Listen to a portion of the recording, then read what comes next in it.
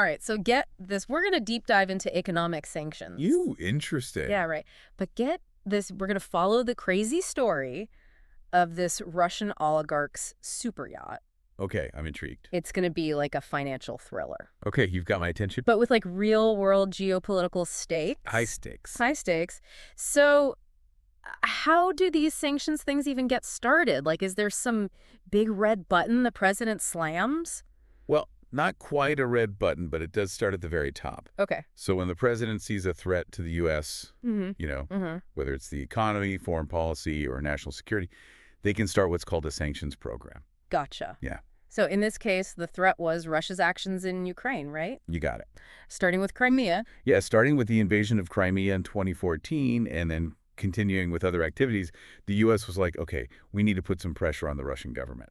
Okay. So that's where sanctions come in. Right. But they don't just target entire countries, Right, not at all. It's more specific. They're much more targeted. Okay. And that's where the Treasury Department comes in. Okay. They're the ones that really dig into the specifics and identify individuals or entities that are linked to the threat.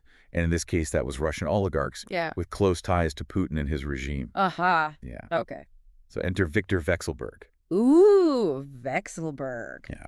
Okay, so this guy's a big-time player, right? He's a billionaire. Okay. With assets all over the globe. I mean, we're talking Fabergé eggs in London. Whoa. Luxury apartments in New York City. Fancy. And, of course, the crown jewel, the Tango. Okay, so this Tango, it's not just like a little weekend boat, right? Oh, no. Yeah. This is... Serious. This is a 255-foot super yacht. What? Worth $90 million. Seriously? Yeah. A sky lounge, sun deck, Oh, my goodness. a contraflow pool. I mean, basically, you could swim against a current What? created by the pool itself. That's insane. And even an outdoor cinema. Oh, my goodness. I mean, this thing was basically a floating palace. Okay, so wow, living the high life. But why target Vekselberg specifically? Well, it all comes down to his connections in his business dealings. Okay. The U.S. government alleged that Vekselberg was operating in Russia's energy sector and potentially benefiting from the very actions that triggered the sanctions in the first place. Interesting. So it's all about the source of the wealth and how it's tied to the threat. You got it. Not just that they're rich. Exactly. That's where the money came from. Right.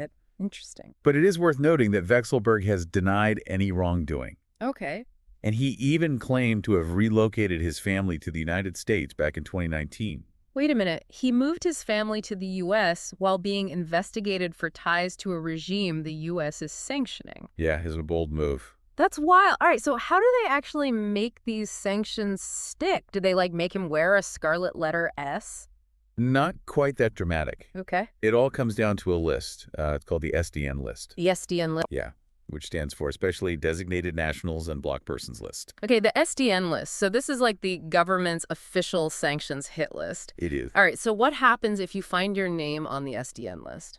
Well, think of it like getting kicked out of the global financial system. Americans can't do business with you, and anyone else who does risks facing penalties from the U.S. Oh, I see. Yeah. Okay. It's a powerful tool It is. because it essentially cuts off access to the U.S. financial system. Yeah. Which, let's face it, is deeply embedded in the global economy. Right.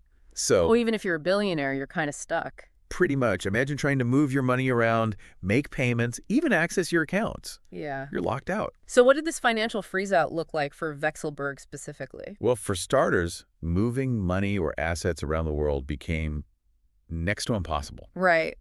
The U.S. financial system casts a really wide net. Mm-hmm. It's almost impossible to avoid. So even if he had accounts in, let's say, European banks, Yeah. he couldn't touch them. Right, because those banks are also afraid of U.S. sanctions. Exactly. Most banks wouldn't risk dealing with someone on the SDN list. Right. They face massive penalties. Makes sense. So it's like being told you have millions of dollars, Yeah. but you can't spend a dime. Ouch. What about his other assets, though? Like those Fabergé eggs? Yeah. And, And the Tango. the Tango? Those become liabilities too, because even maintaining a super yacht Yeah. requires constant transactions, right? Uh-huh. Marina fees, insurance, paying the crew. All that stuff. It all involves moving money. Yeah. And with Vekselberg on the SDN list, doing any of that legally was basically impossible. So he couldn't even, like, pay someone to clean the deck of his $90 million yacht. Not without risking some serious legal trouble. Wow, but we're talking about incredibly wealthy and resourceful people here. We are. They probably didn't just give up, right? Oh, no, they don't give up. They get creative. Okay, so it becomes like a game of cat and mouse. It does. Sanctioned individual trying to hide their assets. The government's trying to find them. Exactly. So in Vexelberg's case. Well, the allegations are that his associates got really creative. Okay. They tried to hide his ownership of the Tango to keep things running as usual. Wait, they tried to hide a 255-foot super yacht? I mean, how do you even do that? Do you shrink it down and put it in the bathtub? Well, it wasn't quite that comical. Okay. But they did try some pretty outlandish things. Like what? They even allegedly created a fake name for the yacht. Called it the Fanta. The Fanta? Seriously? I know, right? Do you think they could come up with something a little better than that?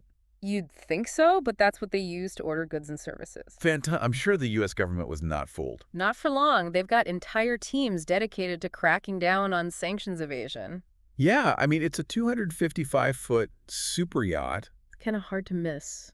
It's not like you can just stick it in your pocket. No. So how did they catch on to the Fanta scheme? Well, even the most elaborate schemes have weaknesses.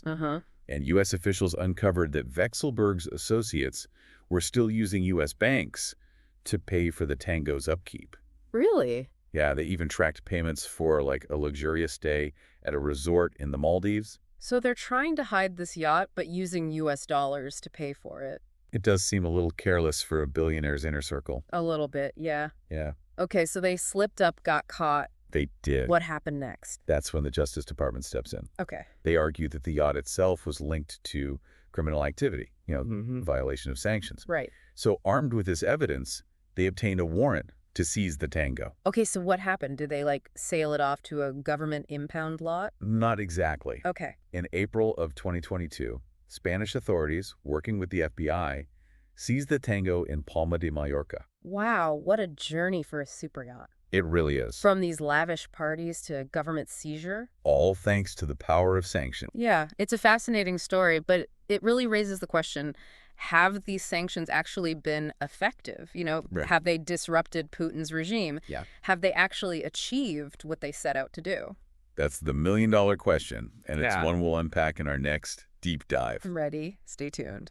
Okay, so are sanctions effective? I mean, really, seizing a yacht makes a good headline, but does it actually change anything for Putin and his regime? Well, it's a tough question. Yeah. A yacht makes a splash, but does it really make a difference?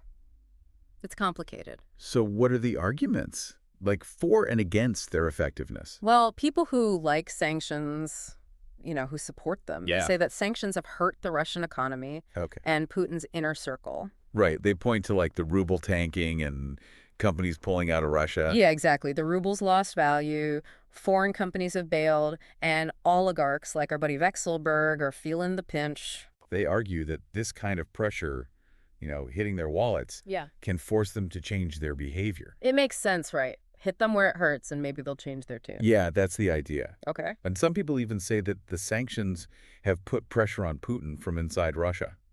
Oh, interesting. Yeah, like the business elites are feeling the squeeze, and they're not happy about it. Interesting, but I'm guessing there's another side to this? Oh, absolutely. Right. Critics say that sanctions often end up hurting ordinary citizens more than the people in power. Right, so it's kind of a double-edged sword? It is. You're trying to pressure the government, but you might end up hurting the people you're trying to help.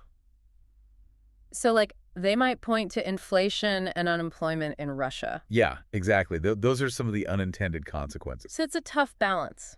Very tough. You want to pressure the government, but not punish the people. Right. And sometimes it backfires, right? Like, instead of weakening a regime, it actually makes them stronger. Yeah, sometimes sanctions can actually backfire. Okay. Instead of weakening them, they just become more determined, more nationalistic. Uh-huh. And it becomes even harder to find a diplomatic solution. Right, like you push someone into a corner. Exactly. They're just going to lash out. They lash out, yeah. So in Russia's case, some people argue that the sanctions have actually emboldened Putin. Right, they've given him this opportunity to paint the West as the enemy and rally support around this idea of Fortress Russia. Interesting. Okay, so it's not a simple answer. Not at all. When it comes to how effective sanctions are. Yep. But even if the impact is debatable, it's clear that sanctions are a big part of international relations these days. They are. Like, why is that? Well, for one thing, they give countries a way to exert pressure without going to war. Right. It's kind of a middle ground between diplomacy and military action. Exactly. And sanctions can be tailored to specific targets. Okay. So it's a more nuanced approach than, say, a full trade embargo. Right, but they come with their own challenges. They do. As we've been talking about, right? Like unintended consequences. Absolutely. And then Vexelberg's yacht just highlights one of the biggest ones. Evasion. Yeah, people and companies will always try to find ways around the rules. Right, like the whole Fanta scheme. Exactly. It's a constant game of cat and mouse. Yeah, I mean, with the Fanta, it was so out there, it's almost funny. It is kind of funny. But it shows that they're willing to try anything. Oh, yeah. They're always trying to stay one step ahead. So what do you think? What's the future of sanctions? Are they here to stay? Are they going to become obsolete? Well, it's hard to say for sure. Yeah. But given how globalized the world is and how technology is changing things, Right. I think sanctions are going to stick around for a while. Okay. But there will definitely be debates about how effective they are, what the unintended consequences are, and the ethics of using them. Right. That's a big one. Yeah, It's a lot to consider. it is. But it's important that we talk about it. It is, absolutely. This has been a really interesting deep dive. It has. It's amazing how something like a super yacht can open up a window into such a complex issue. It really is. It shows you how interconnected the world is, right? Yeah, I mean, we're talking about a Russian oligarch, a yacht seized in Spain, Yeah. and the power of the U.S. financial system. It all ties together. It really does. Yeah. And it blurs the lines between what's domestic and what's international. Exactly. And that just makes the use of sanctions even more complicated. Right. It's not just about punishing one person or country anymore. It's not. It's about sending a message, setting a precedent. Shaping global behavior. Yeah, exactly. Okay, so sanctions are about more than just the money.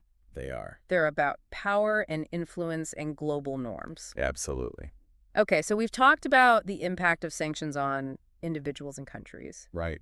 But what about the global system as a whole? Like, what are the long-term effects there? That's a great question, and it's one we should definitely explore further. Let's do it. Okay, so before we got sidetracked, we were talking about sanctions and, like, the bigger picture. Right. Right, the long-term effects. Yeah, like, do they really make the world more stable or less stable? Oh, that's the million-dollar question. It is, isn't it? People have been debating that for decades. And there are good arguments on both sides. Absolutely. So let's, like, break it down. Yeah. What are the upsides? What are the potential benefits of using these sanctions to deal with global problems? Well, the people who are pro-sanctions, they argue that sanctions help to uphold international norms Okay. and kind of deter bad behavior. Deter bad behavior. So, like, if a country knows they're going to get hit with sanctions, Yeah, if they do something wrong, they're less likely to do it. exactly. Like if they know they're going to face economic consequences for breaking international law or being aggressive, Yeah. then they might think twice. It's like a global system of checks and balances. Yeah, I like that. So you use economic pressure to discourage bad actions. Yeah, And sometimes it works, right? Like they can pressure regimes to make concessions or, come to the negotiating table. oh, absolutely. In some cases, just the threat of sanctions is enough to get them to change their policy. It's powerful stuff. It is. But you have to remember that sanctions are a blunt instrument. Yeah. They can have these unintended consequences, Right. and they don't always work the way you want them to. Right. So what are some of the downsides then of using sanctions too much? Well, one concern is that if you use sanctions too much, they can actually fragment the global economy. What do you mean? Well, if countries become afraid to do business with each other because they're worried about sanctions, Yeah. it can lead to less trade and investment, Right. which ultimately hurts everybody. So it's like a self-fulfilling prophecy. You use sanctions to try and make things better, but Yeah. it ends up dividing the world even more. Right. And the division can actually lead to more conflict and instability. Right. It's a vicious cycle. It is. And then there's also the risk that sanctions can be used for political reasons Oh, yeah, that's a big one. instead of, genuine security concerns or humanitarian reasons. Exactly. Like if countries start using sanctions just to punish their rivals or to get ahead, Right.